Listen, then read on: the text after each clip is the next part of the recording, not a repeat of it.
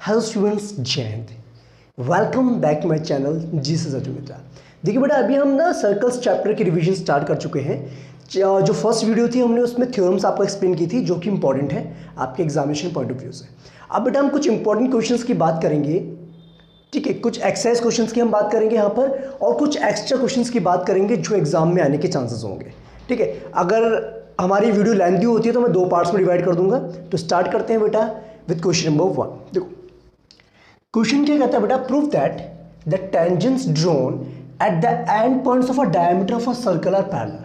देखो बेटा, आपको प्रूफ क्या करना है कि सर्कल के डायमीटर के एंड पॉइंट्स पे जो हमने टेंजेंट्स ड्रॉ किए हैं ये आपस में क्या है, पैरेलल है। ओके बेटा, और ये जो क्वेश्चन आपका है ये बेसिक सैंपल पेपर में भी आ रखा है आपके, ओके। और ये एनसीईआरटी एक्सरसाइज 10.2 का क्वेश्चन नंबर 4 भी है, ठीक है। आपने देखा होगा ना इसको। अब देखो प्रूफ कैसे करेंगे बेटा, सुनो। सबसे पहली बात तो बेटा आपको इन चीज़ों का ध्यान रखना है कि गिवन हमारे क्या है, गिवन वगैरह क्या लिखना है आपने, ठीक है। तो इस चीज़ का ध्यान आपको जरूर करना है। गिवन हमें क्या, सर्कल गिवन है, अ सर्कल,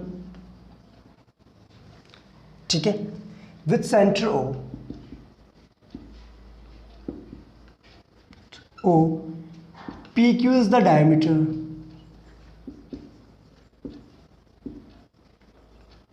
पी क्यू क्या है, सर्कल की बेटा डायमीटर है।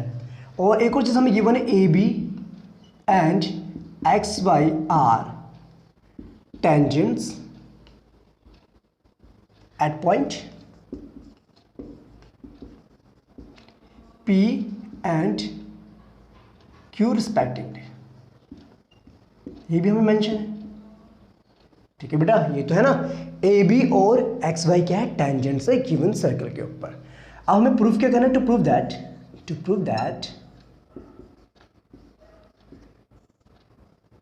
अच्छा बेटा, जब भी आप कोई क्वेश्चंस को करते हैं तो इस तरीके से प्रॉपर वे में आप लिखेंगे, गिवन डायग्राम उसका नीट एंड क्लीन होना चाहिए, और क्या हमें प्रूफ करना है, कंस्ट्रक्शन की जरूरत है तो कंस्ट्रक्शन मेंशन करेंगे, और प्रूफ कैसे किया आपने, ठीक है। देखो बेटा, टू प्रूव दैट हमें क्या प्रूफ करना है कि ए बी टेंजेंट जो आपकी है that is parallel to X Y tangent, ये हमें प्रूफ करना है, ओके। अब करेंगे हम इसको proof.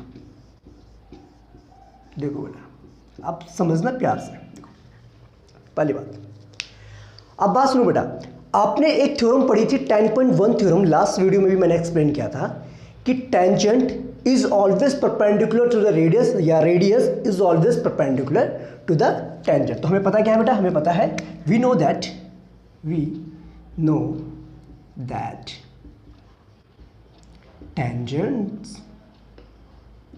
tangent is always perpendicular to the radius through the point of contact,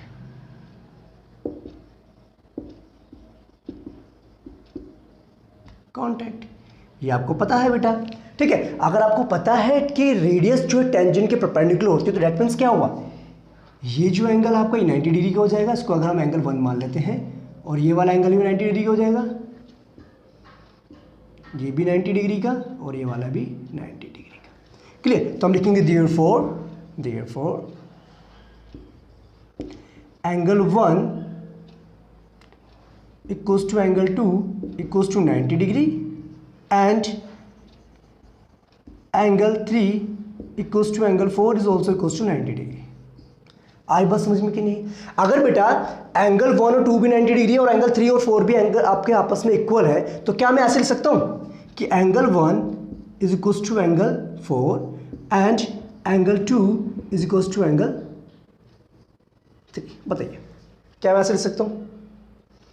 समझ में आ रही की बात की नहीं आ रही? देखो बेटा, है ना, एंगल 1 और 2 90 डिग्री के हैं और 3 और 4 भी 90 डिग्री हैं, तो इसका मतलब चारों एंगल्स तो इक्वली हो गए ना 90 डिग्री के।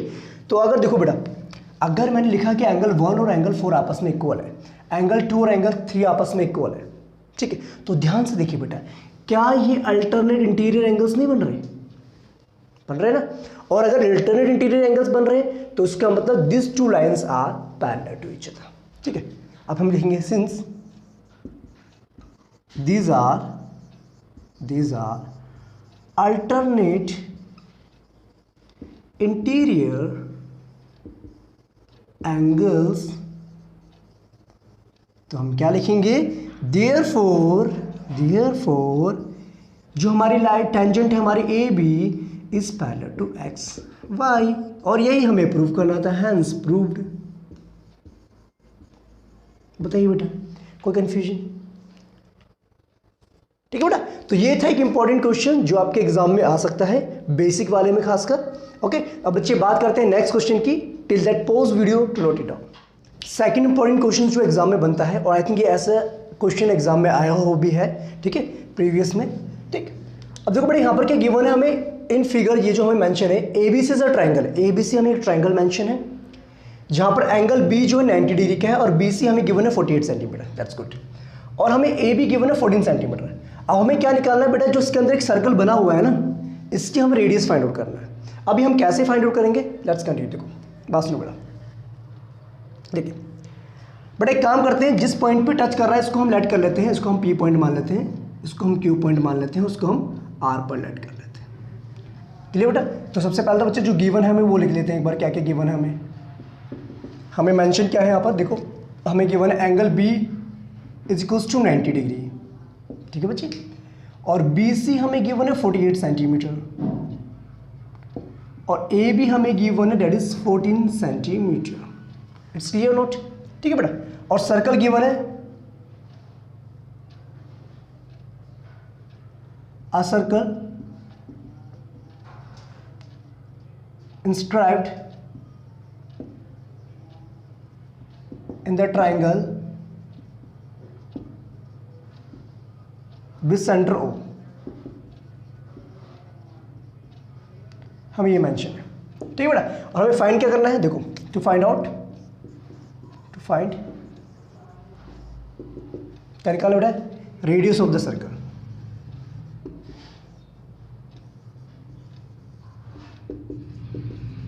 ये हमें फाइंड आउट करना है, ठीक है। अब सीधा हम इसको सॉल्व करते हैं। देखो बेटा सॉल्यूशन, अब सुनो बात, देखो बेटा अब हमें बेटा क्या करना है, इस रेडियस को फाइंड आउट करना है।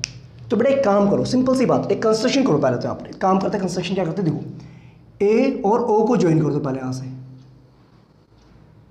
ज्वाइन कर दिया, और ओ और सी को ज्वाइन कर दिया। क्लियर? तो हमें एक ट्राइंगल यहाँ से ही मिल गया।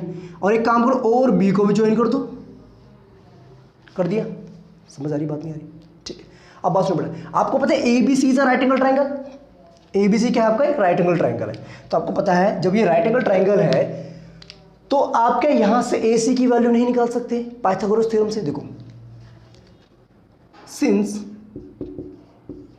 ए B C, triangle A B C is a right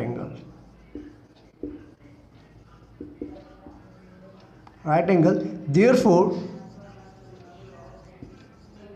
जो हमारा ए सी का स्क्वायर होगा दैट is equals to A B का स्क्वायर प्लस में बी सी का स्क्वायर। यस और नो? रीजन क्या लिखेंगे, बाय पाइथागोरस थ्योरम।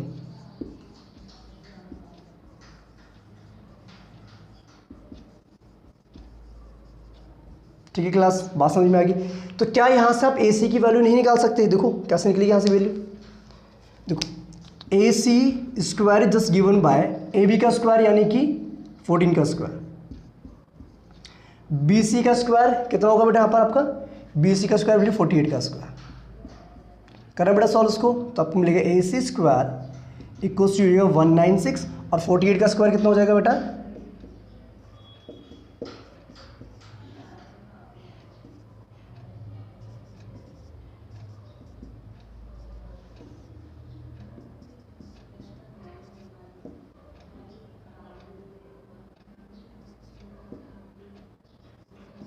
2304।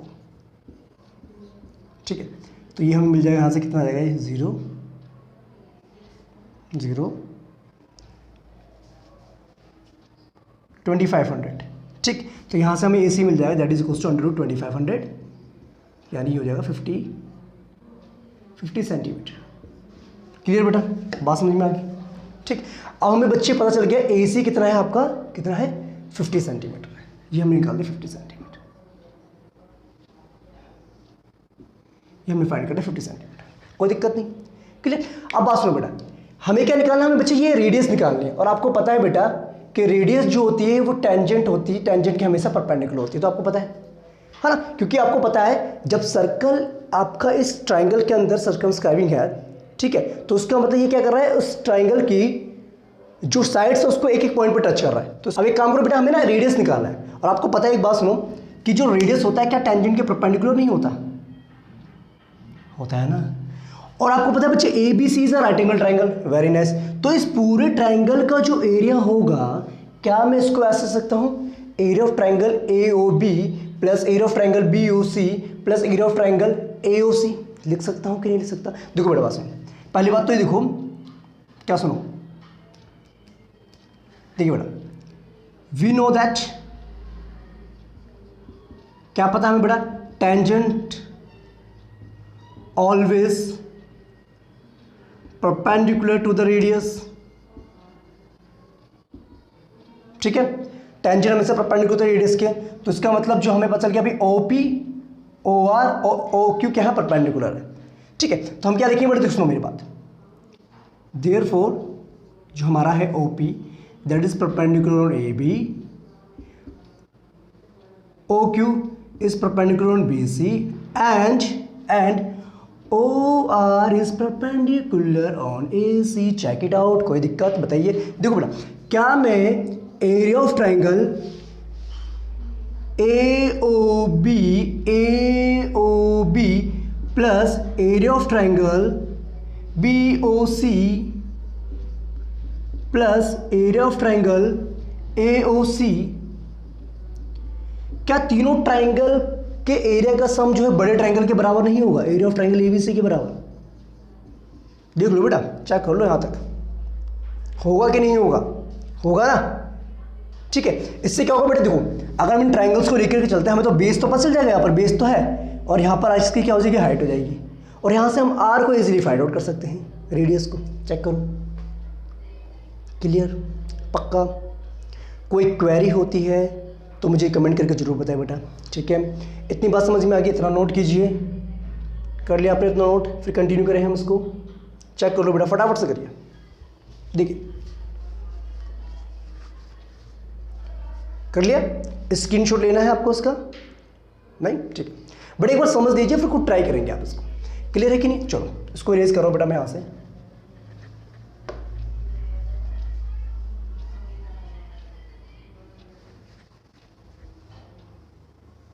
देखिए क्लास, बात समझेंगे ध्यान से। देखो, आपको पता है बेटा, एरिया ऑफ ट्राइंगल जो हमारा है ए ओ बी के ट्राइंगल को हम क्या सकते हैं, half into base is A B and the height is O P, plus में half into area of triangle B O C की बात कर रहे हैं, तो इसमें बेस हो जाएगा हमारा B C and the height is O Q.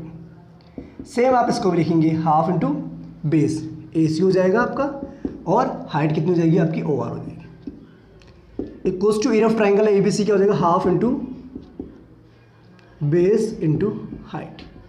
Clear कि नहीं? बिकॉज बेटा ये राइट एंगल ट्राइंगल है ना, और राइट एंगल ट्राइंगल तो सीधी सीधी बात है, ये इसका बेस, ये इसकी हाइट, सिंपल। चलो पुट करते हैं वैल्यू। क्या हम इसको ऐसे लिख सकते हैं बेटा, 1/2 मल्टीप्लाई में A B is 14 centimetre, O P is the r, ठीक है। सेम यहाँ पर भी half into B C is 48 centimetre into r plus half A C कितना निकलता है बेटा अभी आपका 50 इंटू में r equals to half into B C कितना बेटा आपका 48 एंड ए बी इज 40, ठीक है। क्लियर? चेक कीजिए बेटा, देखो कुछ कंफ्यूजन नहीं? चलो अब बात सुनो बेटा, ये हो गया 2 इंटू, यहाँ पर आएगा 7, ये हो गया हमारा 24, और ये हमारा आएगा 25, और ये हमारा हो गया 7, ठीक है। ये हो जाएगा हमारा 7R प्लस में 24R प्लस में 25R is equals to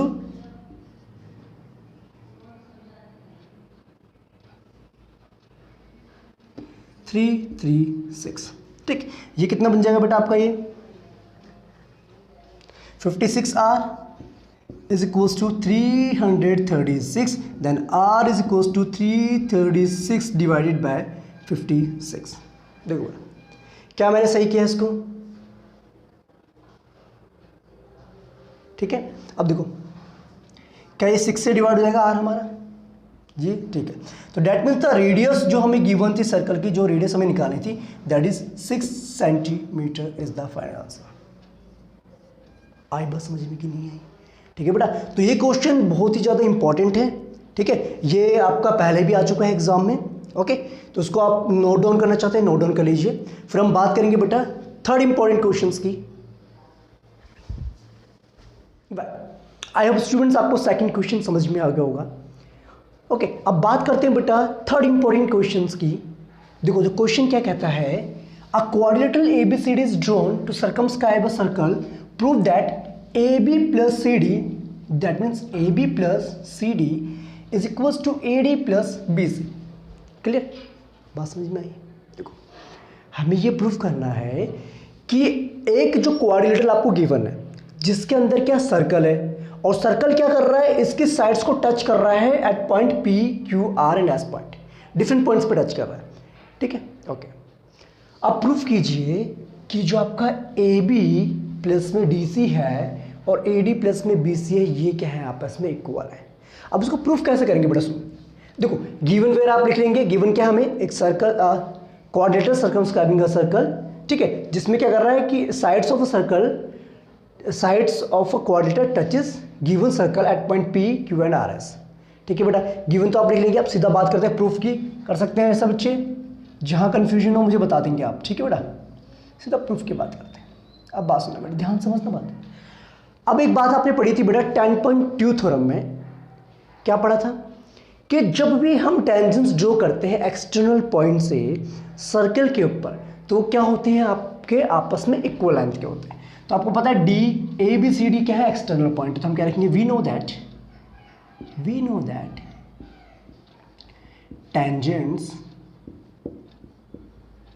tangents drawn from an external point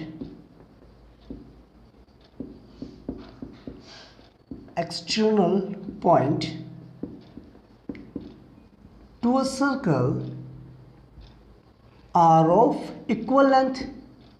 ये तो आपको पता है, समझ में आ रही है बात कि नहीं आ रही है?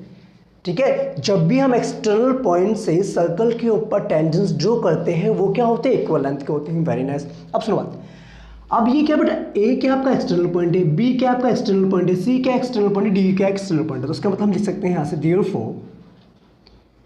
therefore AP is equals to AS, ठीक है बेटा, and PB is equals to BQ। क्यों भाई, क्योंकि ये टेंजेंट्स है ना, B पॉइंट्स हैं यहाँ पर।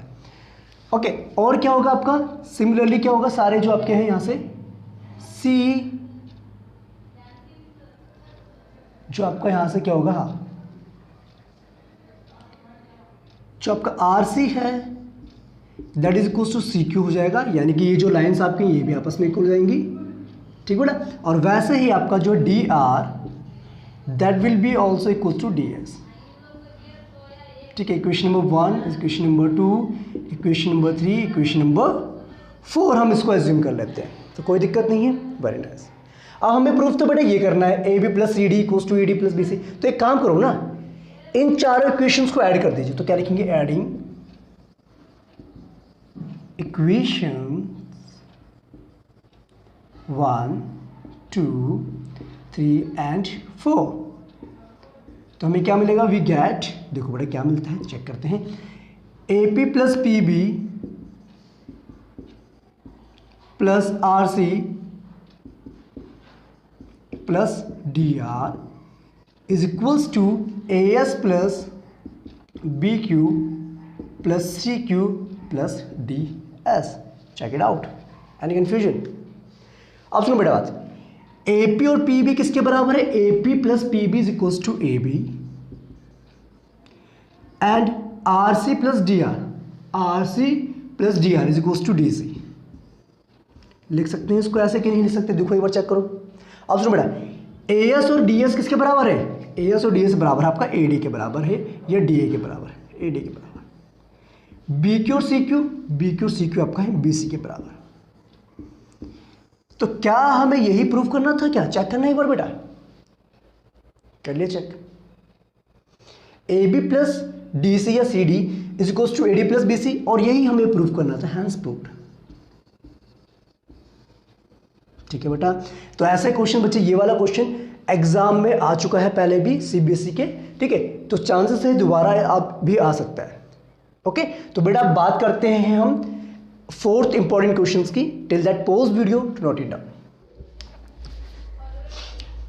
समझ में आ रहे हैं बेटा आपको क्वेश्चंस? ठीक है, देखो क्वेश्चन नंबर 4 एक बार देख लीजिए, एक बार बेटा क्या है इसमें। A circle touches the side, देखो बच्चे हमें जो फिगर गिवन है यहाँ पर देखा, सर्कल जो है टच कर रहा है side D F of E D F triangle. E D F triangle हमें गिवन है, ये सर्कल क्या कर रहा है, इस ट्राइंगल की साइड यानी डी एफ को टच कर रहा है एच पॉइंट पे, ठीक है, and touches E D and E F produce at के एंड एम रिस्पेक्टिवली। अब जो ई डी लाइन को जब हम एक्सटेंड करते हैं के पॉइंट तक, तो वहाँ पर टच कर रहा है, और ये एम पॉइंट पे इसको यहाँ टच कर रहा है, ठीक है। तो बताइए बेटा, जो ट्राइंगल हमारा है ई डी एफ, इस ट्राइंगल का पैरीमीटर कितना होगा? क्या समझ में आई बात? ठीक है, और हमें मेंशन क्या है, ई के हमें गिवन है कितना, 9 सेंटीमीटर। ठीक है बेटा, अब बात सुनो, पहली बात तो देखो बेटा, हमें गिवन क्या है, हमें सिर्फ ये गिवन है, क्या गिवन है कि जो ई के है वो है 9 सेंटीमीटर। ठीक है जी, सही बात, अच्छी बात है, ठीक है। और जो सर्कल क्या कर रहा है, circle touches side D F E D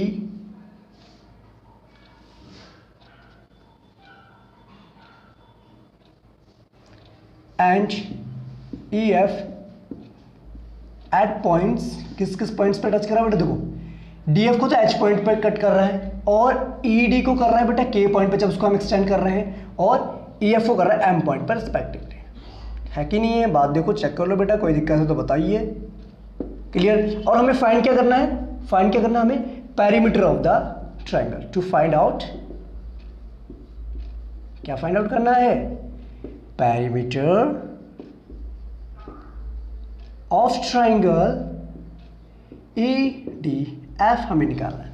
ठीक है बेटा, पेरीमीटर का मतलब क्या है, हमें ई डी एफ की बाउंड्री की लेंथ फाइंड आउट करना है, यानी ई D plus D F plus E F कितने सेंटीमीटर होगा। अब बात देखो बेटा, अब सॉल्यूशन करते सीधी सीधी बात।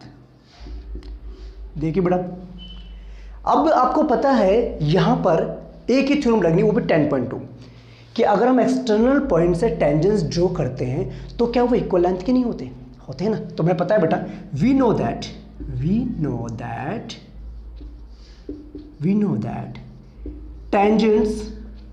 tangents drawn from an external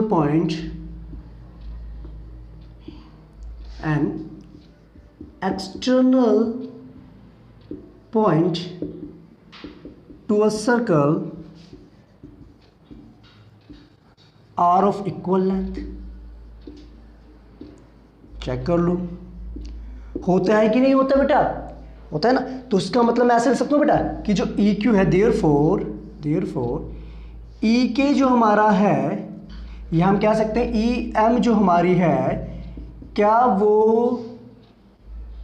आपका ई के बराबर नहीं होगा, और ई के कितना हमारा 9 सेंटीमीटर। चेक कीजिए, is there any confusion? Clear कि नहीं? डन? आप सुनो, वेरी गुड। अब बेटा क्या ई एम को हम ऐसे लिख सकते हैं बेटा, ई एफ प्लस में एफ एम, ये भी हमारा इसके बराबर हो जाएगा, ई डी प्लस में डी के equals to 9 centimetre. Check it out, कोई दिक्कत नहीं।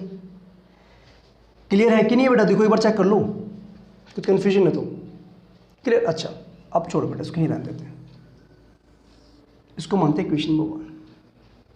अब सुनो बेटा, अब ये जो D है, क्या ये भी एक्सटर्नल पॉइंट है और F भी आपका एक्सटर्नल पॉइंट है, तो हम क्या लिख सकते हैं, since D and F are also external points.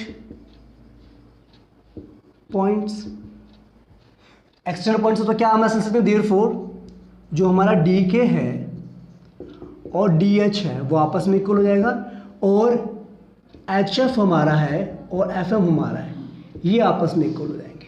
होंगे कि नहीं होंगे, देखो चेक करो, हो जाएंगे। क्लियर? आप बात सुनो, इतनी बात समझ में आई कि नहीं है, चेक करो, क्लियर कि नहीं? ठीक बेटा, बात समझ में आ गई? आप सुनो बात, इतनी बात क्लियर होगी, चलो ठीक है।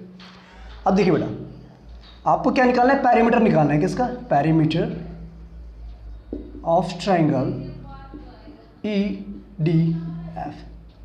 ठीक है, अब देखो पैरामीटर कैसे निकलेगा, आपको पता है ED प्लस में DF प्लस में EF, ऐसा लिख सकते हैं।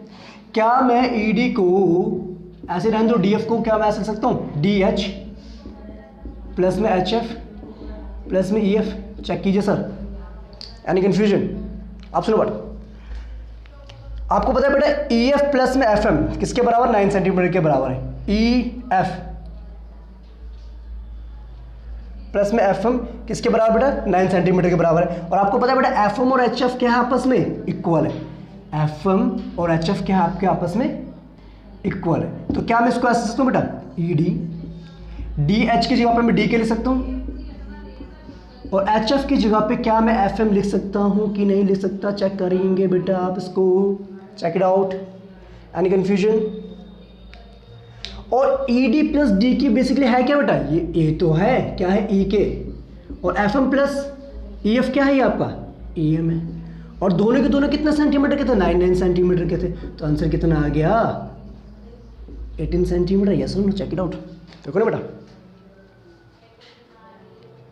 आई बात समझ में कि नहीं आई, कंफ्यूजन है तो बताएंगे कमेंट करके। देखो ना बेटा, सुनो मेरी बात, यहां से टेंजेंस ड्रॉ करें, इसका मतलब EK और EM आपस में इक्वल है।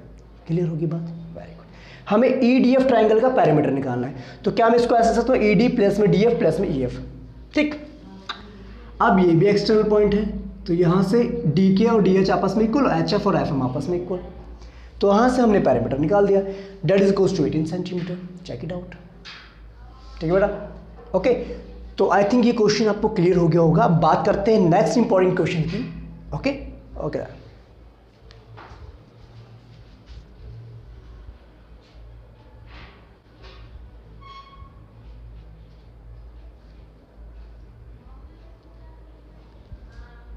वेल स्टूडेंट्स, अब बेटा बात करते हैं नेक्स्ट क्वेश्चन की, क्वेश्चन नंबर 5। और वैसे बच्चे NCERT का क्वेश्चन ही है आपका, क्वेश्चन नंबर 9 ही है, और एक तरीके से वेरी वेरी इंपॉर्टेंट क्वेश्चन आपका है आपका। देखो इस फिगर में बेटा हमें क्या मेंशन है, XY और X dash Y dash, XY और X डैश Y डैश क्या है, दो पैरेलल टेंजेंट्स है। ठीक है, और जिसका जो सर्कल आपका दे रखा है वो दे रखा है, जिसका सेंटर क्या है O है, और एक अनदर टेंजेंट हमें गिवन है AB। ठीक है, with a point of contact C। यहाँ पर पॉइंट ऑफ कॉन्टेक्ट में क्या गिवन है, C गिवन है, कोई दिक्कत नहीं। अच्छा, जो कि XY को इंटरसेक्ट कर रहा है A पॉइंट पे, और B को, और X डैश Y डैश को इंटरसेक्ट कर रहा है B पॉइंट पे। क्लियर? ठीक है, हमें प्रूफ करना है कि एंगल AOB जो है दैट इज ऑफ 90 डिग्री, ये हमें प्रूफ करना है। अब बात सुनिए बेटे ध्यान से, देखो गिवन वेयर आप लिख सकते हैं। देखो सिंपल सी बात, हमें गिवन है एक सर्कल गिवन है जिसका सेंटर O है। क्लियर? और हमें गिवन है XY और X डैश Y डैश क्या है, सर्कल के ऊपर टेंजेंट से, एक तो P पॉइंट पे है, एक आपका Q पॉइंट पे है। ठीक है, और O क्या सेंटर है, अगर O सेंटर है इसका मतलब PQ तो इसकी डायमीटर होगी कि नहीं होगी। Very good. और AB भी हमें एक टेंजेंट गिवन है जो क्या कर रहा है, इस सर्कल को C पॉइंट पर टच कर रहा है। क्लियर? अब देखो बेटा, गिवन वेयर आप लिख लेंगे। अब प्रूफ क्या करना है, सीधी सी बात करते हैं प्रूफ पे। टू प्रूव दैट क्या प्रूफ करना है हमें, एंगल जो हमारा है AOB that is equals to 90 degree. ठीक है, अब सीधा बेटा एक काम करेंगे, यहाँ पर थोड़ा सा कंस्ट्रक्शन करेंगे हम। कंस्ट्रक्शन क्या करेंगे, देखो बेटा कंस्ट्रक्शन देखो क्या करते हैं हम। एक काम करो ना बेटा, O और C पॉइंट को ज्वाइन कर दो, बस खत्म कहानी। ठीक है, ज्वाइन कर दो OC को, डन। क्लियर है बेटा? ओके, अब सुनो, इस एंगल को हम मान लेते हैं एंगल नंबर 1, इसको हम लेट कर लेते हैं एंगल नंबर 2, इसको लेट कर लेते हैं हम एंगल नंबर 3, और इसको लेट कर लेते हैं हम एंगल नंबर 4। ठीक, बात समझ में आई कि नहीं? अब ध्यान से सुनना बेटा, देखो अब आती बात प्रूफ की, प्रूफ की बात आती है। देखो बेटा, प्रूफ की बात आती है। ठीक है बेटा, अब प्रूफ में क्या करना है आपको पता है बेटा, हमें तो ये पता है बच्चे, ये एक्सटर्नल पॉइंट है, और ये जो लाइन है P पॉइंट पे टच कर रही है, और ये लाइन जो है C पॉइंट पे टच कर रही है, तो इसका मतलब ये तो हो गए टेंजेंट्स। ठीक है, और ये दोनों के दोनों आपस में क्या होंगे, इक्वल लेंथ के होंगे। देखो बोला we know that tangents drawn from an external point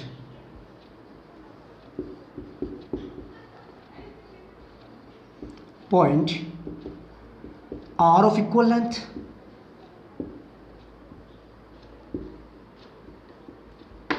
ठीक है बेटा, डन, वेरी गुड। तो उसका मतलब ये हुआ देयरफॉर जो हमारा AP है क्या वो AC के बराबर नहीं होगा। चेक कीजिए स्टूडेंट्स, क्या ये AP और AC आपस में इक्वल नहीं होंगे, होंगे ना।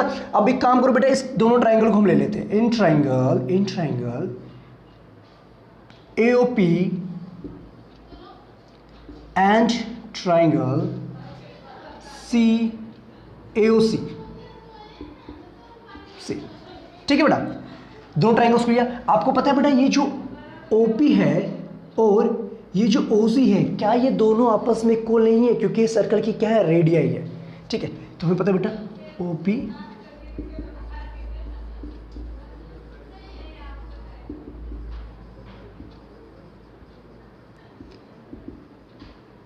रेडियस ऑफ सेम सर्कल, कोई दिक्कत नहीं, बात समझ में आ गई। और दूसरी बात क्या बेटा, OA क्या है आपका, इक्वल्स टू OA है। ये दोनों ट्राइंगल्स में क्या होगी, कॉमन साइड होगी, common side. Check it out, कुछ कंफ्यूजन नहीं। ठीक है, अभी हमने प्रूफ किया बेटा AP जो है वो AC के बराबर है, प्रूव्ड अर्लियर, ये हम पहले ही बता चुके हैं आपको, यस और नो। तो क्या होगा, ये वाली साइड इसके इक्वल, ये वाली साइड इसके इक्वल, ये वाली कॉमन साइड होगी। ठीक है, तो हम क्या लिखेंगे, बाय SSS कॉन्ग्रुएंस क्राइटेरिया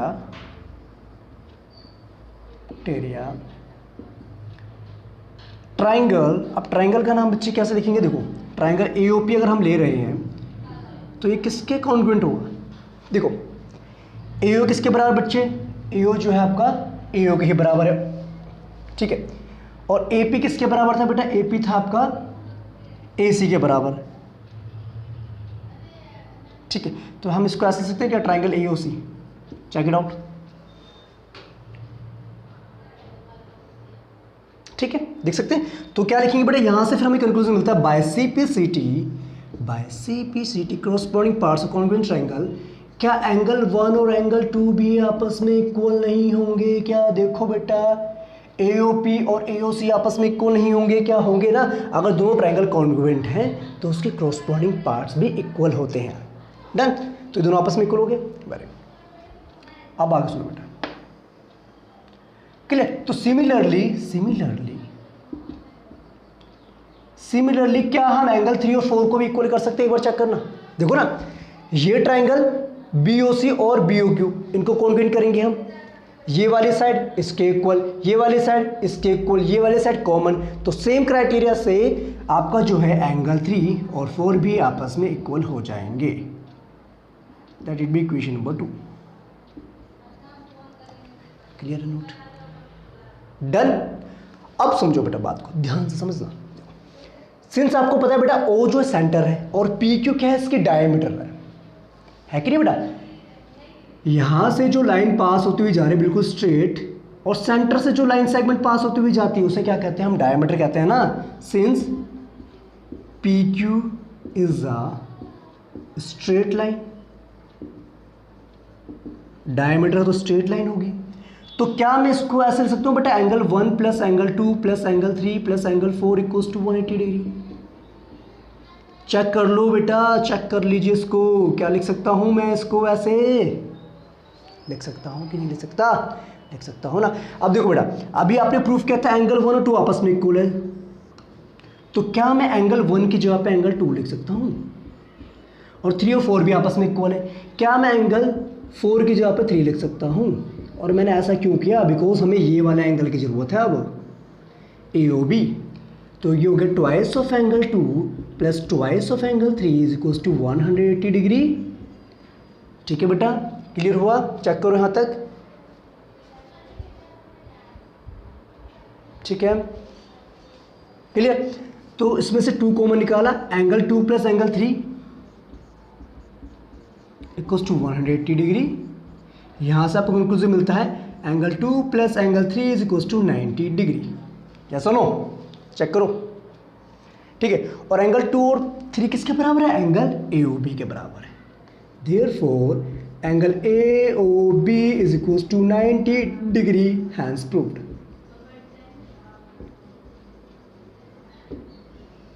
ठीक है मैडम, बात क्लियर है कि नहीं है?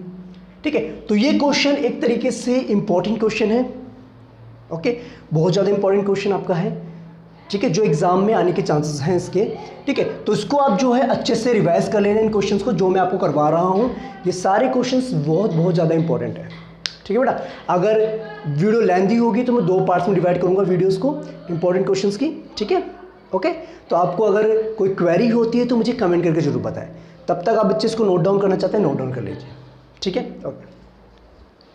Okay class, let's continue with next question. देखिए बेटा, क्वेश्चन क्या कहता है, prove that the angle between 2 tangents drawn from an external point to a circle is supplementary to the angle subtended by the line segment joining the points of contact at the center। अब बात बेटा, क्या बोला गया है कि जो tangents हमने ड्रॉ किए हैं एक्सटर्नल पॉइंट से, इन टेंजेंट्स के बीच में जो एंगल बन रहा है, ठीक है, ये और सेंटर पे जो एंगल बन रहा है इन लाइन सेगमेंट्स को ज्वाइन करके ये, तो आपको प्रूफ करना है this 2 angles are supplementary to each other. That means हमें बताना है angle QPR plus angle QOR is equals to 180 degree. क्या ये डिफिकल्ट क्वेश्चन है? नहीं है। गिवन आप ले सकते हैं, एक सर्कल गिवन है, 2 tangents from an external point, okay. What we have to prove that? To prove that क्या प्रूफ करना है जी? यहाँ पर क्या प्रूफ करना है कि भाई एंगल जो हमारा है टेंजेंट्स के बीच में QPR प्लस और लाइन सेगमेंट्स को ज्वाइन करके जो सेंटर पे एंगल बन रहा है हमारा QOR, ये क्या है? सप्लीमेंट्री है। और सप्लीमेंट्री मीन्स होता है the sum of 2 angles is 180 degree. It's clear? That's good. Now let's continue the proof part. Okay जी, क्लियर? अब सुनना बेटा ध्यान से। अब बेटा आपको पता है PQ और PR के टेंजेंट्स है गिवन सर्कल के ऊपर, किस पॉइंट पे? Q पॉइंट पे, R पॉइंट पे, ठीक बेटा। और OQ और OR क्या रेडियाई है सर्कल की? तो आपको पता नहीं है 10.1 थ्योरम के अकॉर्डिंग कि रेडियस जो है टेंजेंट की हमेशा परपेंडिकुलर होती है। तो इसका मतलब ये हुआ, क्या ये एंगल 90 डिग्री नहीं हो गए? होंगे ना। देखो, since we know that tangent is always perpendicular to the radius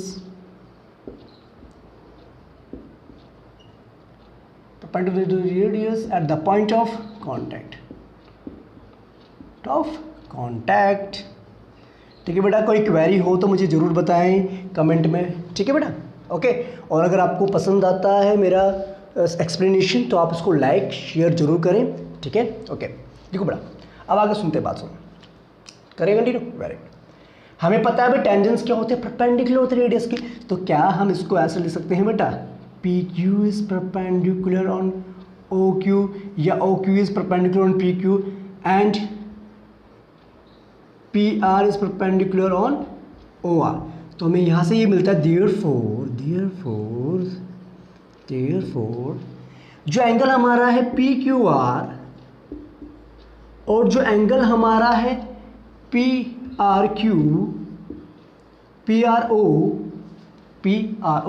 क्या ये दोनों 90 डिग्री के नहीं हुए? परपेंडिकुलर का मतलब तो यही होता है ना, ठीक है, वेरी नाइस, ये तो अच्छी बात होगी। अब सुनो बेटा ध्यान से, क्या ये PQOR की 4 साइड्स नहीं है? क्या ये क्वाड्रिलेटरल नहीं है ना? देखो बेटा, since PQOR is a quadrilateral, अगर ये क्वाड्रिलेटरल है तो क्या इसके चारों एंगल का सम 360 डिग्री नहीं होगा? होगा ना बेटा? तो हम क्या लिखेंगे? देयरफॉर